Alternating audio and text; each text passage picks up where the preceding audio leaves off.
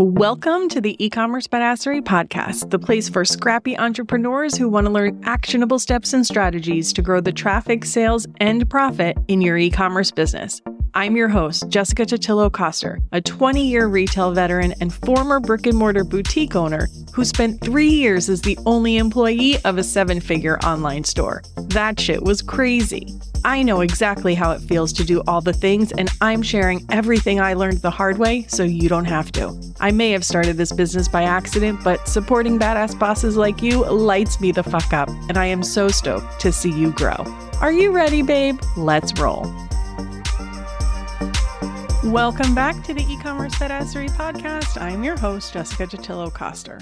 Well, Memorial Day has come and gone, which means summer is unofficially here. As a product-based business owner, you already know the shift that comes with the season. Traffic slows down, people are distracted, and a lot of your customers are mentally somewhere between a beach and a backyard barbecue. The good news is that with every change of season means a fresh new way to talk about your products, to mix up your marketing, and to have a little bit of fun. So today we're going through a few quick tips and tricks to help you market your product this summer. Number 1, reframe your product for the season. One of the easiest ways to help your product stand out is to change the way you talk about it. Ask yourself, what problem does my product solve specifically in the summer? Or how might my customer use this product this season? Because the answer in June might be different than October. And think about what your customer's life actually looks like right now. Maybe they're traveling, maybe their kids are home and their routine is completely blown up.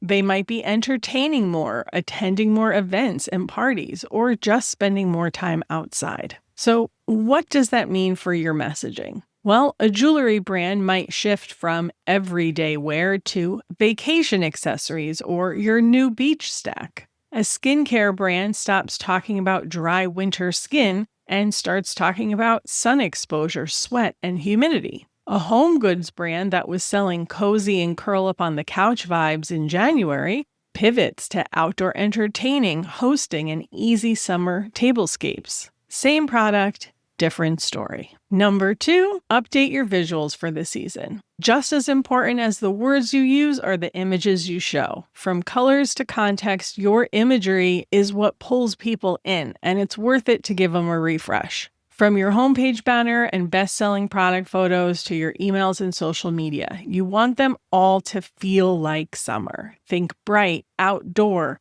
That could mean your jewelry being worn to a rooftop dinner, your skincare sitting on a beach towel, or your home goods on an outdoor dining table. And this doesn't require a full photo shoot. Snap a few photos with your iPhone in natural light, pull graphics you used from previous years, no one's gonna know. And if you're an AI user, check out Shopify's free app Tinker or ChatGPT's updated image generator. The output has gotten way better. Number 3, create a summer edit or seasonal collection. Even if you're not launching anything new, curation is marketing. Pull together a collection of your products that make sense for the summer. Things that are great for travel, for outdoor entertaining, for gifting, for the beach, and give it a name. A summer edit, a vacation collection, hot girl summer bundle, whatever fits your brand voice. And don't be afraid to think outside the box here. People will think of your product the way you tell them to. So even if something isn't traditionally thought of for the season or a specific use case, just you presenting it that way can make all the difference. There's a great PR example Nora of Wolfcraft used with one of her clients who made leather tassels. When she was pitching that client for gift guides,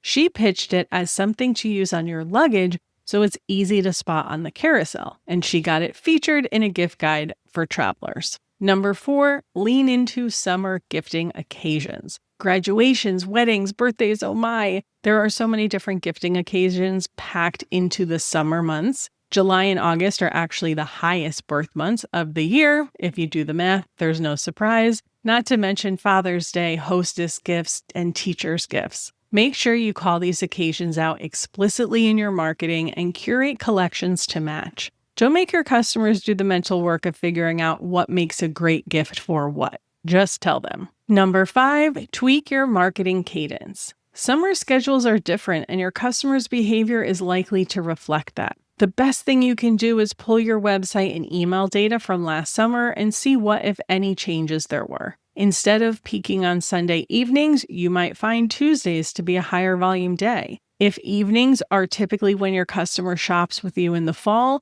mornings might be more popular in the summer. Depending on how long you've been in business and how disciplined you are with your marketing, you might not see any shift at all because you've already trained your customers through that consistency. Either way, your data will know. You might also want to consider increasing your email frequency over the summer. I know it sounds weird to do that when summer months are typically slower for retail, but that's exactly the reason to do it. If you thought people weren't paying attention to you September through May, they're really not paying attention to you June through August. The more times you show up, the better chance you have of making a connection. Number 6, lean into short-form content. If you are using social media in your marketing strategy, now is a great time to lean into short-form content. People are on their phones at the pool, on vacation, waiting for their kids' camp pickup. They're browsing, not researching. Reels, TikToks, a single product photo with a punchy caption. This is not the season to be churning out long educational carousels or highly produced content. Lean into behind the scenes, quick demos, this or that's, a day in the life. Show the product in a summer moment, keep it fun, and keep it fast.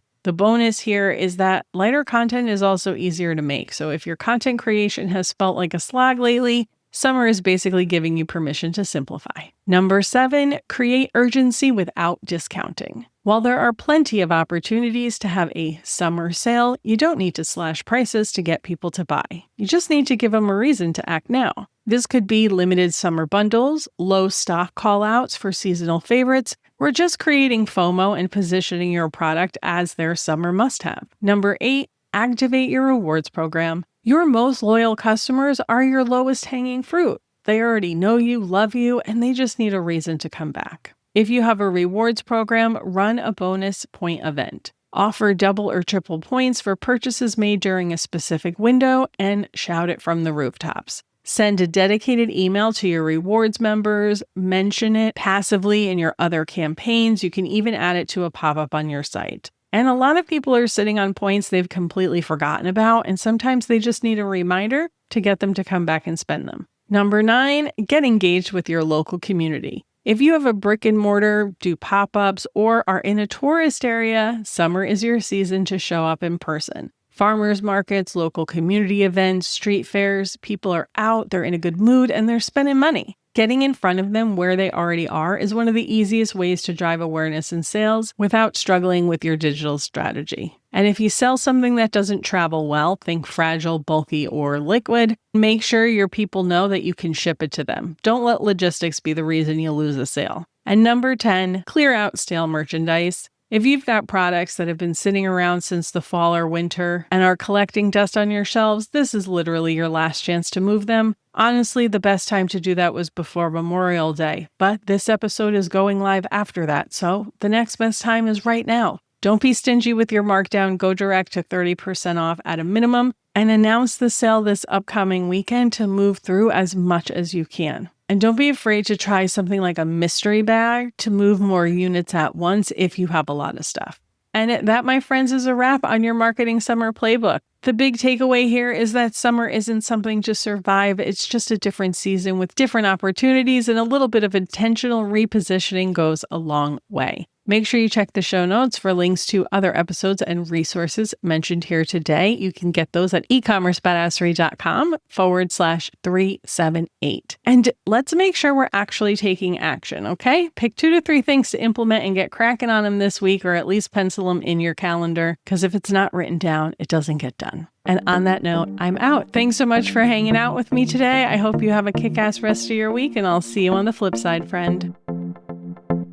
Thank you so much for listening to today's episode. If you want to learn more about growing your e-commerce business, get started with my free resource library at ecommercebadassery.com/free stuff and get an invite to the Lounge, my e-commerce marketing membership. When you're ready for one-on-one support, apply to work with me at ecommercebadassery.com/apply. Before you go, would you do me a quick favor? Leave a rating and review and tap that follow button. This pushes me up the chart so I can support more scrappy e-commerce entrepreneurs just like you. I'm on a mission to reach as many as I can, and I could really use your help. Thanks so much in advance. Until next time, e-commerce friend, stay badass.